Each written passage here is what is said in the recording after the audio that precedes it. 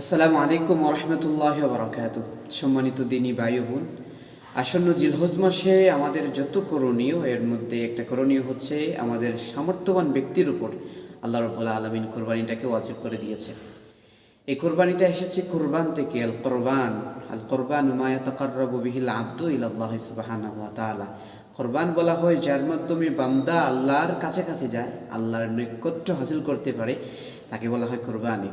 নির্দিষ্ট সময় নির্দিষ্ট পশু আল্লাহর জন্যে কোরবানি করা, জবেহ করা, এটিকে বলা হয় কোরবানি। এই কোরবানি প্রত্যেকটা নবীর যুগে প্রত্যেকটা উম্মতের কাছে আল্লাহ রাব্বুল আলামিন এই বিষয়টা শিখিয়ে দিয়েছিলেন, প্রত্যেকটা উম্মতকে শিখিয়ে দিয়েছিলেন। কোরআনে কারীমের মধ্যে এসেছে ওয়ালিকুল্লি উম্মাতিন জাআলনা মানসাকা। প্রত্যেকটা উম্মতকে আল্লাহ রাব্বুল আলামিন এই কোরবানির নিয়ম নীতি শিখিয়ে দিয়েছিলেন, জানায় দিয়েছিলেন। এর মানে প্রত্যেকটা নবীর সময় ছিল, প্রত্যেক উম্মতের সময় ছিল, যেমন আমাদের সময়ে আছে। দেখেন এই কোরবানির সূচনা হয়েছে সাইয়্যিদুনা আদম আলাইহিস সালাতু ওয়াস সালাম থেকে। ওনার দুই পুত্র হাবিল এবং কাবিল, তাদের বোন বিবাহের ব্যাপারে হাবিলের ভাগ্যে পড়েছিল সুন্দরী এই মেয়ে, আর কাবিলের ভাগ্যে পড়েছিল কালো খুসরি মেয়ে। তো কাবিল রাজি হয় নাই। হাবিল আল্লাহর সন্তুষ্টির উপর সে রাজি আর খুশি হয়েছে। কাবিল যখন মানল না, তখন আল্লাহ রাব্বুল আলামিন আদম নবী আলাইহিস সালাতু ওয়াস সালামকে বললেন যে তারা যেন কোরবানি করে, যার কোরবানি কবুল হবে তারা তাদের সুন্দরী বোনকে ব্যবহার করার সুযোগ তারা পাবে। তো তখন তাদেরকে আদম আলাইহিস সালাতু ওয়াস সালাম বললেন, যাও তোমরা কোরবানি করো। তখন দেখা গেছে যে হাবিলও কোরবানি দিয়েছে, কাবিলও কোরবানি দিয়েছে, কিন্তু আল্লাহ তাআলা হাবিলের কোরবানি কবুল করে নিয়েছেন।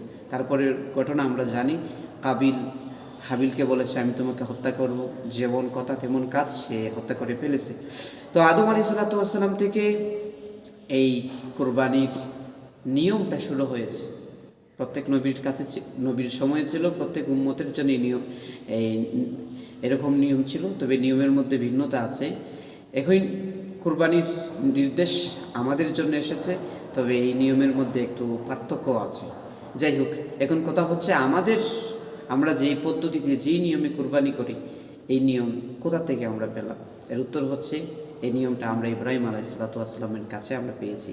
এই জন্য আমরা যে নিয়মে কোরবানি করি সেটা হচ্ছে সুন্নাত ইব্রাহিম আলাইহিস সালাতু ওয়াস সালামের নিয়ম, তার তরিকা, তার পদ্ধতি থেকেই আমরা এই সিস্টেমে কোরবানি করি।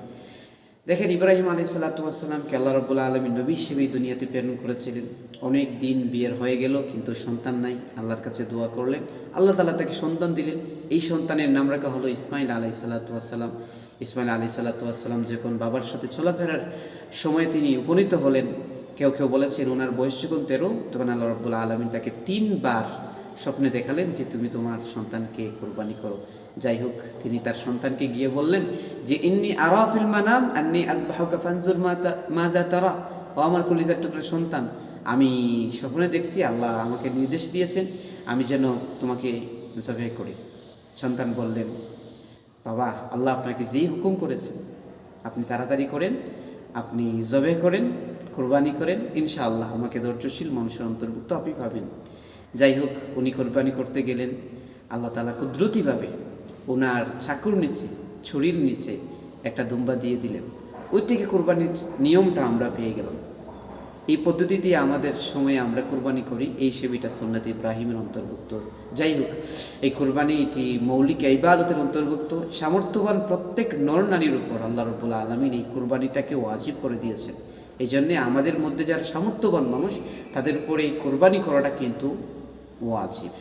আসুন আমরা এই কোরবানির গুরুত্ব এবং ফাজিলত সম্পর্কে আমরা কোরআন এবং হাদিস থেকে কিছু কথাবার্তা শুনি। দেখেন, কোরআনে কারীমে আল্লাহ রাব্বুল আলামিন বলছেন, ফাসল্লি রাব্বিকা ওয়ানহার। নবী মুহাম্মদ সাল্লাল্লাহু আলাইহি ওয়াসাল্লাম, আপনি নামাজ পড়ুন, কোরবানি করুন। এই জায়গায় কোরবানির কথা আছে। অন্য আয়াতে আল্লাহ রাব্বুল আলামিন বলছেন, কুল ইন্না সালাতি ওয়া নুসুকি ওয়া মাহইয়ায়া ওয়া মামাতি লিল্লাহি রাব্বিল আলামিন। নবী, আপনি বলে দিন, আমার নামাজ, আমার রোজা, আমার জীবন মরণ, আমার কোরবানি সব কিছু আল্লাহ রাব্বুল আলামিনের জন্যই। আল্লাহ রাব্বুল আলামিন কোরআনে কারীমের অন্য আয়াতের মধ্যে বলেছেন, লা ইয়ানালুল্লাহু লুহুমুহা ওয়ালা দিমাউহা ওয়ালাকিন ইয়ানালুহুত তাকওয়া মিনকুম।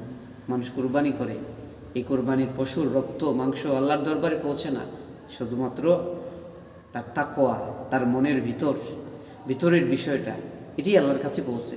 সে কোন উদ্দেশ্যে দিছে?